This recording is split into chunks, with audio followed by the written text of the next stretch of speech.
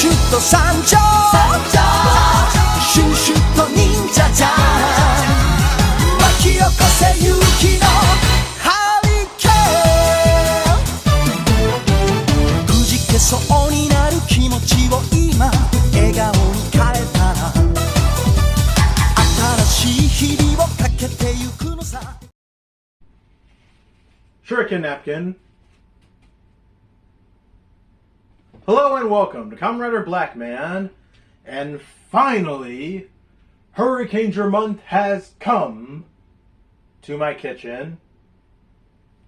It's Hurricanger Month. Finally. And it's starting in November and not December.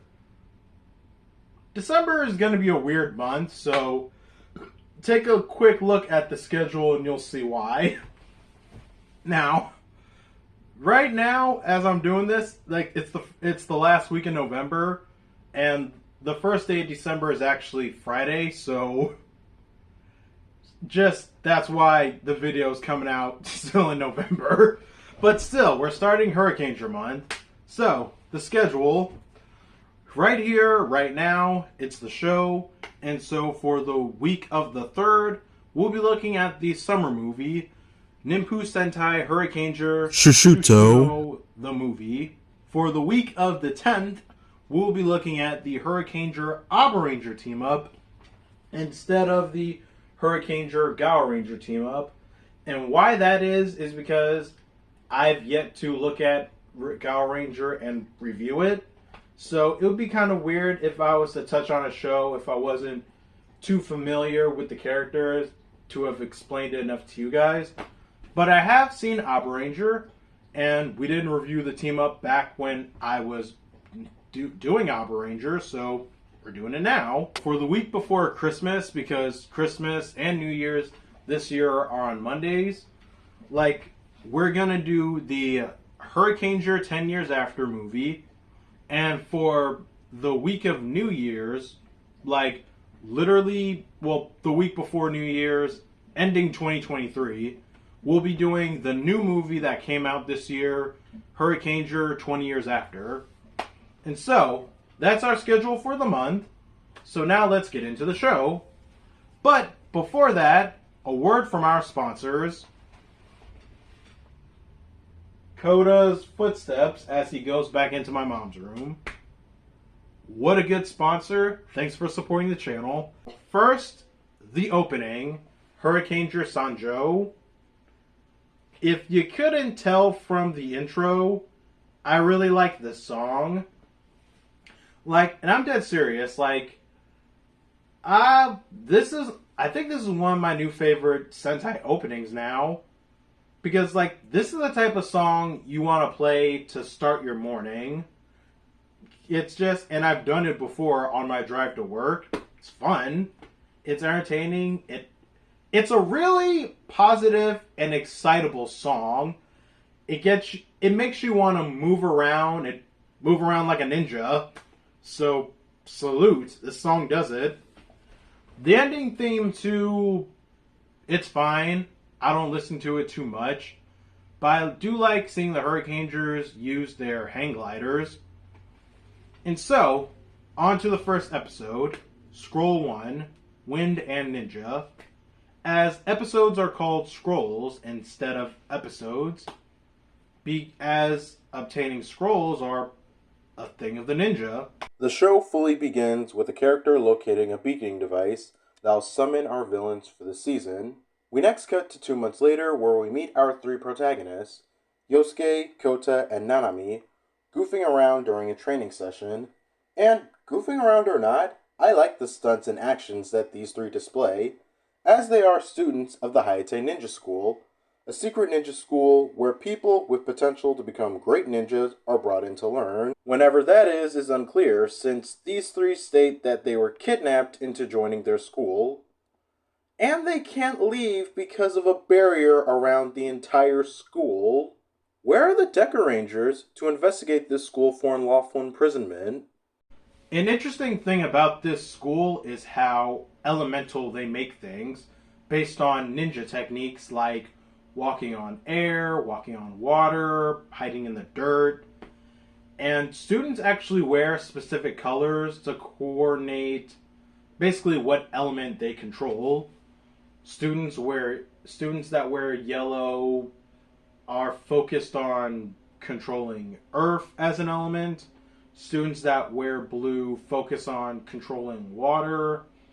And students that wear red control air. That is admittedly refreshing because pretty much any time a show gets elemental, red is associated with fire. And I'm not guilty of being against it, but it just wouldn't hurt to be a bit different. Not that I'm complaining, but I do like that red isn't associated with the usual type of element for once. And it's instead something more ethereal like air. Which, now that I think about it, considering all three elements together, air, water, and earth, it's a piece of something that makes things, in this show at least, more universal. And that's quite interesting. And while we're still on red controlling air, we admittedly won't get that again until Ghost Sager. And red there controls like storms, so wow. But again, in this show, they seem to make things a bit more universal. But back to our protagonists. These three do seem to grasp the concept of what they're training for. And what they're training for is to potentially become the Hurricangers, a form of resistance that hasn't been needed for centuries, according to this show. And from what I first saw, they are quite talented, which is why I'm confused when the headmaster grills them for supposedly failing the drill. It's not like what was done in Ninja Storm when Tori, Shane, and Dustin barely made it past the pop quiz. This goal was to obtain the scroll, so maybe the headmaster thought they started playing around. After their session, the headmaster said they'll have another one tomorrow before their big ninja tournament against their rival school, the Ikazuchi Ninja School.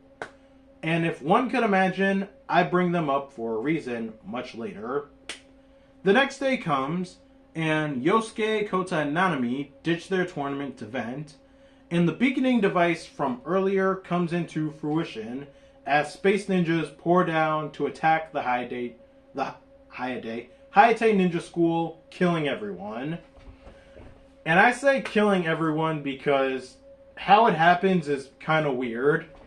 Everyone disappears into a tornado that pours into the sky, as I guess sending all those ninjas out into space. So, damn, what a way to go. It's like when you're watching Gaim and you see Sid get crushed between two rocks, and you know that was done by a god. Just, woo. Let's now talk about our villains, because this is where they make themselves known. The Space Ninja Clan Jakanja. The go-to Buddhist statue of centipedes and creepily faces too is the main boss, Taozant. And he has his generals referred to as the Dark Seven Spears, that for right now we only meet 5 of them. So, in order, the first spear is Furabijo, the second spear is Chuzubo, the third spear is Manmarava, the fourth is Windinu, and the fifth spear is Sargane. And I wonder what the job qualifications for Jakanja are, since Sargane's just a suit controlled by a tiny bug, and Manmarava is a bug of nightmares. So, apparently, too, the spears are named after the 7 days of the week. My god. And when you think about it, too, Farabijo, Friday, Wendinu, Wednesday. I'm not going to bother wondering about Chuzubo because, no. Just, the freedom of being a writer. So, Yosuke and company hear of the attack and return to their school, gone.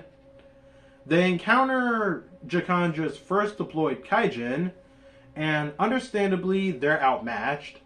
They're almost done in too while hiding in a cave, but thankfully the cave is in teleporting range of their base, so their headmaster's daughter Ouroboros saves them. The headmaster too throughout this time was going to be murdered like everyone else, until he ninjutsu'd himself into a hamster, and apparently flustered up the technique too, since now he's a talking hamster and can't change back. Our mentor, ladies and gentlemen. So, our 3 focus characters are literally the only ones left to become the Hurricangers. What a process of elimination. And remember, they're led by a hamster. We're fucked. I'm kidding. But joking aside, we have our heroes now. These are the Hurricangers, so let's talk about their suits. The first 3, at least, specifically. And I like the suits. They're pretty fine. Oddly enough, I thought I was going to be weirded out by the gray sleeves, but I guess I'm not, really, when I look at them more. Are they my favorite of the ninja-themed Sentai? They're not. But the suits honestly aren't too bad either. I like the suits going down. The helmets are nice, as they coordinate what animal each ranger is motifed after. And honestly, when I think about it too, these suits kind of remind me of Live Man because of the logos. With the Hurricangers, the logos are white, so the team is in perfect unison. And with Live Man, yellows was the only animal logo that was colored in. And I always found that weird. Like, if one's going to be colored in, they all might as well be colored in. But here, it's a lot more perfect, and it shows an actual team, per se. Like, you see an actual team in perfect unison, is where I'm getting at. But yeah, the suits, they're not too bad. They're pretty fine. They give a sense of solidarity, is what I'm saying. Moving on from the suits, let's now talk about their weapons. And I mean specifically their individualized weapons, because yellow gets a hammer, blue gets a megaphone, and red gets a hairdryer. I'm dead serious. Even going to the wiki, it's a hairdryer. Sentai. The most interesting weapon, though, to me, is Blue's megaphone. Because when she makes commands through the megaphone, they actually happen for her. And honestly, I have one gripe. And it's that she doesn't use the megaphone efficiently enough.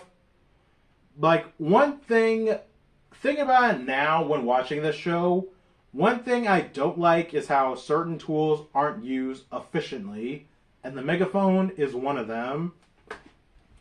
And so, but at least the weapons, first of all the weapons look great, and they look even better once they form their cannon, the triple gadget. And this is a nice approach for a team weapon too, that I think only this show could pull off. And what that is each ranger's individual weapon can go up front for special attacks. Like, red can shoot out a fireball, and you get the idea for the others. Yellow's is the most interesting to me because he does like a Go-Go 5 type of finisher. Like when the Go-Go 5 used the V-Lancers, they fired all their shots together in the air. But yellow brings down like a 100-ton ball and to smack down, kill the enemy that way.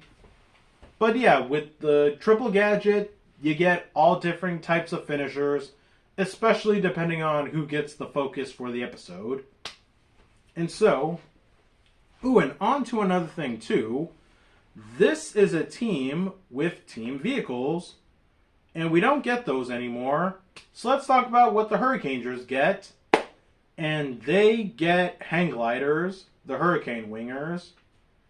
And they look nice, they're fine. Honestly, they're good design, they're hang gliders. Hang gliders are cool. And if I'm being honest, I think I only like them because they're not motorcycles. And don't get me wrong, I like motorcycles, but in Sentai, and especially in Power Rangers, motorcycles are pretty commonplace.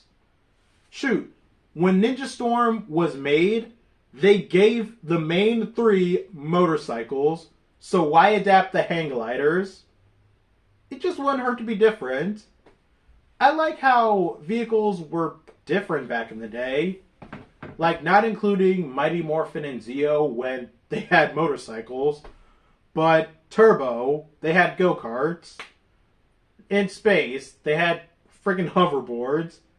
Lost Galaxy, I kind of want to say the go-karts from Turbos and the hoverboards from Lost Galaxy got together and had a baby, and that's whatever the fuck the jet jammers are. They flew. They were like go-karts that flew somewhat. I don't know what the jet jammers were, but they can fly, and they were different. It's like, if I sound like I'm mad, I'm not. Like, when I was a kid and I watched these shows, not questioning a thing, I was happy. But now, as an adult, I pay attention more now, and flying is cool. Like, only if you're afraid of flying, then it's not cool, but flying's cool. And so, in Scroll 2, Giants and Machines, once again, I like these titles, we get our team mech, and we see how the monsters of the week grow. First, there are two different kinds, actual monsters and robotic monsters that Sargain develops. The regular Kaijin grow thanks to Windinu firing an ancient scroll to enlarge them, and also deploying a copybot to copy the robot's information to revive them that way. So, now we're going to talk about the Shinobi machines. The first three machines. The Lion is honestly my favorite. And looking at these mechs now, these mechs hold up. Like, these are Zord designs that are like, honestly, they're literally 20 years old, and they still hold up today. They look phenomenal. I really like them, and like what I said, the Lion is my favorite. And hey, I talked about red controlling air. The Hawk can literally set itself on fire. Science, but Shoo, let's next talk about how these Zords come about. The machines take disguise as everyday transportation. The Hawk transforms from an airplane. The Dolphin transforms from a cruise ship. And in all honesty, its conversion is the slowest. And the Lion transforms from a roller coaster and a Ferris wheel at an amusement park in broad daylight. You know, the headmaster can erase people's memories to keep their activities hidden from the public. So how many times a week do you think he does that for anyone seeing a giant yellow lion just leaving Six Flags? But on the other hand, I like that showing of ninja magic and technology working together. Evidently too, since the designs for the Shinobi machines go back to like the Enlightenment, I guess. Considering they have a backstory as old as the Hurricanger legend. But Senpuu-jin, I like Senpuu-jin. I like how this mech is solid with the colors, blue and gold, and with the only touch of red being on the helmet. I genuinely like that. I like the design, I like the asymmetry, it's pretty cool. While we're still on Senpuu-jin, The collectibles for this season are the Shinobi medals. They're the disc that are seen on the morphers.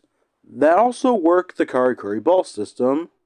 Much like Battle Fever Robo from Battle Fever J, Senpujin has multiple weapons.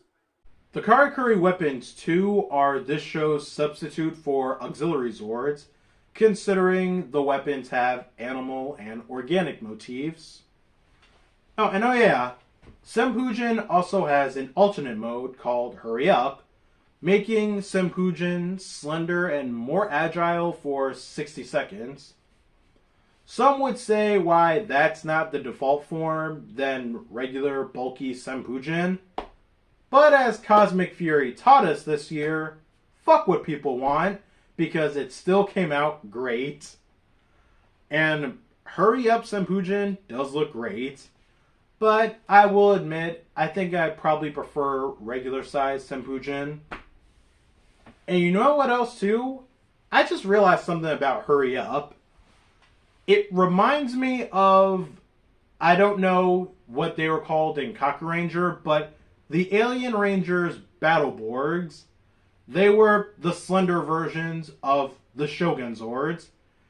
Like, Hurry Up reminds me of that, and I wonder if they did that as a nod to KamenRider, considering this is the second time we get ninjas for a theme. Honestly, from that to the different kinds of weapons, I'd say there are plenty of nods in this show that go back to previous Sentai.